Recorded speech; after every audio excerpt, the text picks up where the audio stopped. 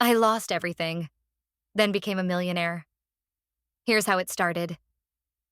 Let me take you back to 3 years ago, the exact moment everything in my life collapsed. At 32, I thought I had made it. I was running a cozy little cafe in the heart of the city. It wasn't $1 million business, but it paid the bills, gave me purpose, and made me feel like I mattered. My wife, Sarah, and I had just welcomed our first baby girl, Lila. I thought the hard part of life was behind me. Then came the fire. It was 2:37 a.m. when I got the call. Electrical fault. Whole building engulfed. By the time I got there, firefighters had the flames under control, but my cafe, my dream, was a pile of ash and charred metal. No insurance. I had let the policy lapse 2 months earlier trying to make payroll. That was just the start. Sarah didn't take it well. Within weeks, the stress turned into resentment. Then came the fights. Then the silence. And then one evening, she left with Lila. No warning, just a note on the kitchen table. I can't live like this anymore. I need stability for our daughter. Suddenly, I wasn't just broke. I was alone. I moved into my brother's garage, sleeping on a blow-up mattress surrounded by boxes of his old sports gear. My savings were gone. Credit cards maxed. I was eating one meal a day, doing odd jobs off Craigslist just to keep gas in my car. But here's the thing. Rock bottom isn't the end. Sometimes it's the door. And I was about to walk through it, without even realizing. One day, while scrubbing graffiti off an abandoned warehouse wall for $20, I found something taped behind a loose panel that would change everything. I didn't even want to take the job. $20 to scrub graffiti off an abandoned warehouse? It sounded shady, but I needed gas money. And maybe something to eat that wasn't expired instant noodles. The place was a ghost town. Cracked windows, rusted gates, and a stench of mold that clung to everything. I was working near the back of the building, brushing off spray paint from a rusted metal panel when I noticed something weird. One of the wall panels wasn't fully bolted. It jiggled slightly when I leaned on it. Out of pure curiosity and maybe boredom, I pried it open. Behind it, taped to the concrete, was a thick brown envelope. My heart skipped. I looked around. Was someone watching me? I grabbed it, opened the flap, and saw cash. Not a few bills, stacks. Neatly bundled, and a handwritten note. If you found this, life probably kicked your ass.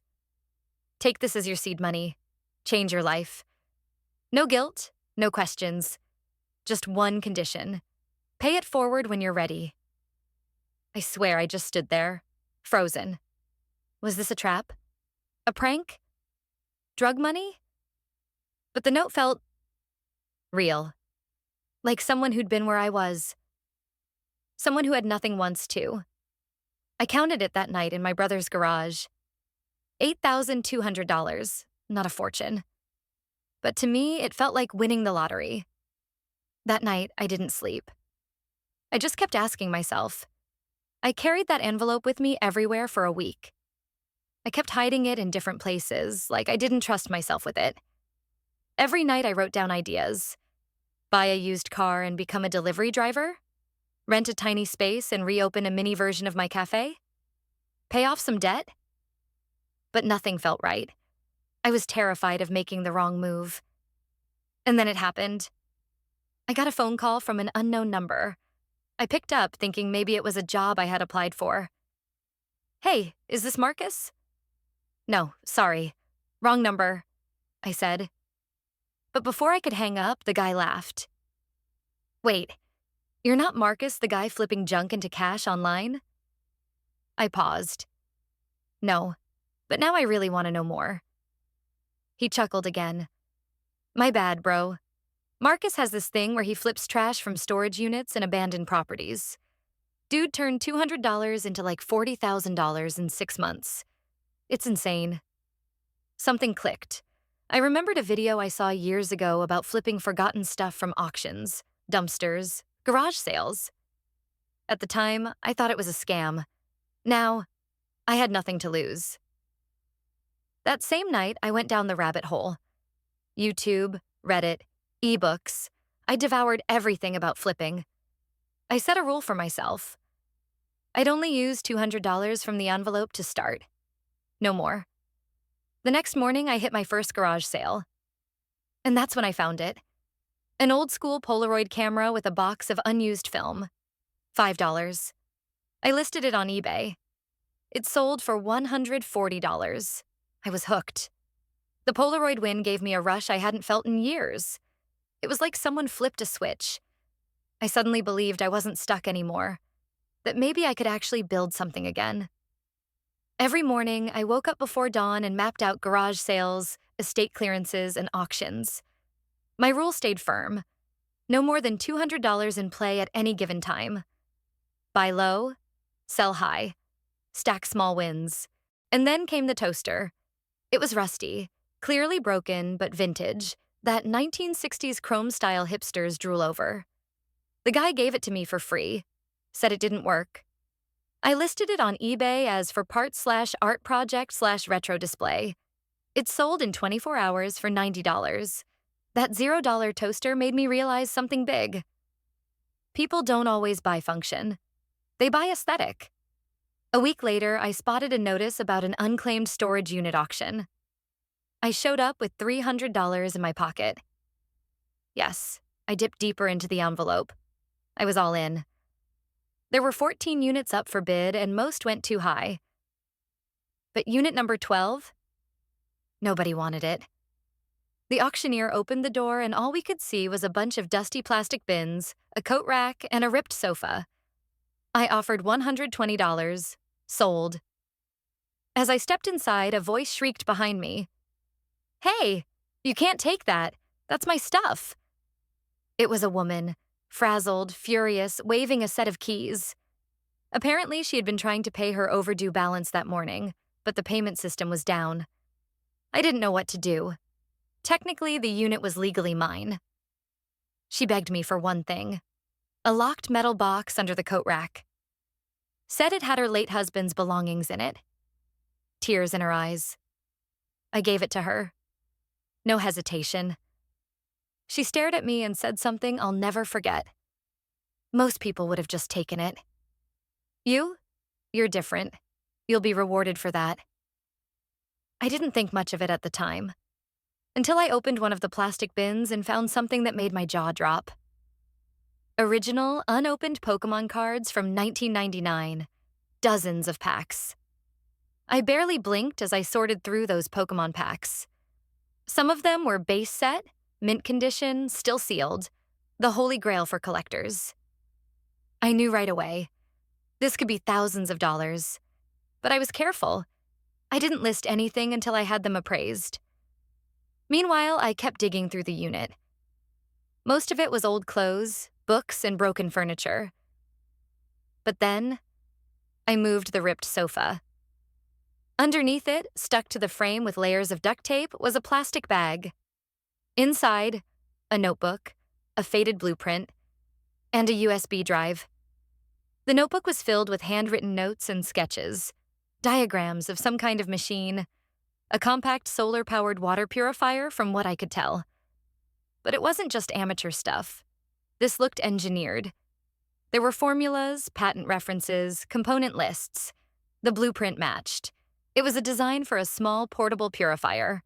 Lightweight, cheap to produce, and made for off-grid or disaster areas. I was stunned. But the USB? That's where it got really interesting. When I plugged it into my brother's old laptop, I found a full business plan. Folders of research, target markets in Africa and Southeast Asia, email exchanges with an NGO. It was like someone had been preparing to launch a product and just vanished. I started Googling the name signed on the notebook. Turns out the woman whose stuff I'd bought? Her husband had been a retired engineer who died in 2020. He had been developing this project for years, trying to create a cheap way to give people access to clean water. But after he passed, the family fell behind on bills. And this invention was literally locked away, forgotten. Suddenly, flipping Pokémon cards didn't feel like the big win anymore. I realized something. This wasn't just a story about rebuilding my life. This was a shot at impact. I stared at that USB drive for hours. I knew what I had was valuable, not just in dollars, but in impact. But I wasn't an inventor.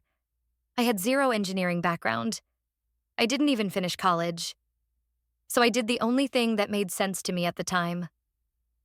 I posted the blueprint and the story on Reddit, specifically in a subreddit called R Engineering Students, and cross-posted it in R Social Entrepreneurship. The title? Found this in a storage unit. My lucky break could help save lives. Can someone help me build it? I didn't expect much, maybe a couple of upvotes. But the post exploded. Thousands of upvotes within a day. Hundreds of comments. Engineers were intrigued. NGOs started messaging me. A guy from MIT asked for the original files to do a mock prototype. And one user, a mechanical engineer from India, sent me a DM that changed everything. This design is actually brilliant. If it works, we could manufacture it here for under $20 a unit. Over the next 2 weeks, that engineer, his name was Raj, and a small group of Reddit volunteers started tweaking the design and running simulations. They cleaned up the tech, made it more durable, and even suggested affordable solar components that could increase efficiency by 30%. And all of this from strangers online. Meanwhile, the original post got shared on X, Twitter, LinkedIn, and eventually made its way into a Vice article titled, "Broke Man Finds Life-Saving Invention in Storage Unit. The internet rallies behind him." Suddenly, I had eyes on me. Investors started calling, small ones at first, then bigger names. But one person stood out, a woman named Elena. She ran a startup accelerator for social impact products in Europe. She said something I'll never forget. "You didn't just find a machine, you found a mission, and I want to help fund it." Elena didn't waste time. Within a day of our call, I got an email from her assistant, a plane ticket to Berlin, business class, hotel booked, pitch meeting scheduled. I had never even been out of the country. Hell, I'd never even been on a plane. Now I was about to fly to Europe to present an invention I didn't even create. Imposter syndrome hit hard. I nearly backed out 3 times before I even got to the airport. But something about that fire in her voice, the way she talked about mission over money, kept me going. When I landed, I met with Elena and a panel of social impact investors. They asked tough questions. How will you scale this? Do you own the rights? Why should you be the one to bring this to the world? And I told them the truth. I'm not an inventor. I'm not an engineer. I just didn't walk away from this when I could have. And maybe that's exactly why I should be the one. They didn't smile. They didn't clap. They just nodded. The next day, I got an email. "Welcome to Phase 1. $50,000 is on its way. Let's build something that matters." I flew home with the prototype team waiting for me, paid for by the accelerator. They helped finalize the design, set up a small workshop, and register my LLC. Within 6 months, we had our first working model. We named it Clear Drop, portable, solar-powered, capable of purifying 5 gallons of dirty water in an hour using sunlight and zero electricity. We shipped the first batch to a flood-hit region in Bangladesh for testing. It worked, better than expected. And suddenly, I wasn't just a guy who flipped junk anymore. I was CEO of a startup. That was literally saving lives. Clear Drop was finally real. We had press coverage, photos of kids drinking clean water from our prototypes, orders lined up from NGOs, aid organizations, even a deal in the works with the UN. And then, out of nowhere, a letter from a law firm in San Francisco. Our client, Mr. Thomas E. Whitaker, claims to be the original inventor of the device currently marketed under the name Clear Drop. My stomach dropped. I knew that name. It was the same one signed on the notebook I found in the storage unit, the late husband of the woman who screamed at me that day, the engineer. But how? He'd passed away. I reread the letter. This wasn't him. It was his brother. He claimed he helped design the purifier with Thomas years ago. Said he had digital backups, notes, even patent drafts. And now that the product was real and profitable, he wanted in. Or more accurately, he wanted it all. My team panicked. Investors froze. We had to pause production. The accelerator advised me to settle quickly or prepare for a fight.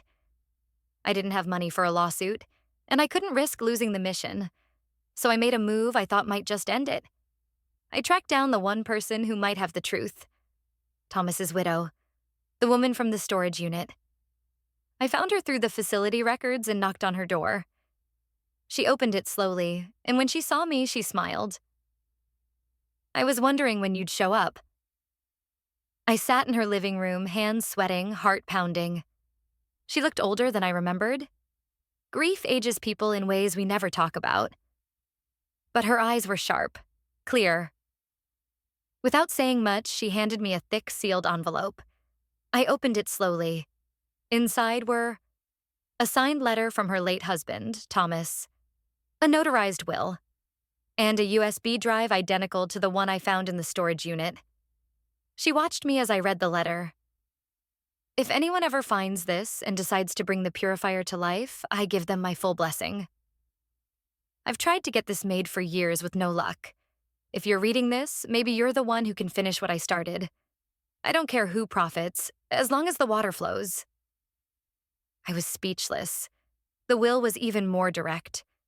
Thomas had left his intellectual property, including all designs and notes, solely to his wife. Not his brother. Not anyone else. I stared at her. You knew I might need this, didn't you? She nodded. I watched your journey online. I knew this would come up eventually. I just hoped you'd still be the same man who gave me back that metal box, instead of taking everything for yourself. I thanked her, shaking. Then she said, "Don't let lawyers scare you. Let impact speak louder than paperwork." Armed with the letter and legal documents, my team pushed back hard. The brothers' claim collapsed. We resumed production. Cleardrop was back, and this time we had more than momentum. We had a story the world wanted to believe in. 1 year later, I was standing under the hot Kenyan sun, surrounded by journalists, aid workers, and dozens of smiling kids. Cleardrop was now deployed in 17 villages across 3 countries. We'd shipped over 10,000 units. We weren't just a company anymore. We were a movement. But none of it felt real until that moment. The village chief gave a speech. Reporters asked questions, but I kept staring at one girl in the crowd, maybe 6 years old. She was filling a jug with clean water from one of our purifiers and giggling like it was magic. When she ran up to me, I knelt down and handed her a second jug. She smiled, said thank you in perfect English, and then asked, "Do you know someone named Sarah?" My heart stopped. I blinked. "What did you say?" She pointed behind me.